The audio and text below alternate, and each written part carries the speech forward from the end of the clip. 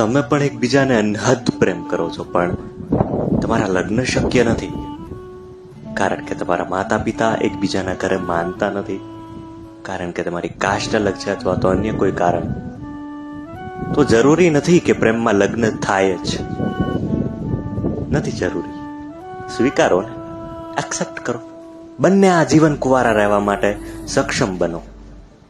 કુંવારા રહીને પ્રેમ થઈ શકે. તમે સાથે જીવી ન શકો તો કઈ નહીં, સાથે અમુક ક્ષણો તો માણી શકો યાર. જેમ અત્યાર સુધી મળતા આવ્યા છો બગીચે, બાકડે, પ્રકૃતિના ખોળે, એવી રીતે મળો, એવી રીતે જીવન જીવો. એક સમય એવો આવે છે કે થોડા વાળ આવી જાય ને એક ઉંમર એવી આવે કે લગ્ન એ પછી શક્ય નથી.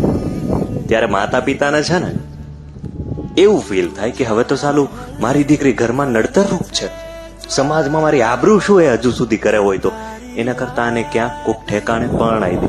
એટલે દીકરીને સામે ચાલીને પૂછશે, છાપામાં એડ આવશે, ગમે તે કાસ્ટનો છોકરો ચાલશે, બસ સંસ્કારી હોવો જોઈએ, ત્યાં સુધીની રાહ જોવાની છે. બસ જો લગ્ન કરવા હોય તો ધીરજ જોઈએ, પ્રેમમાં ધીરજ જોઈએ.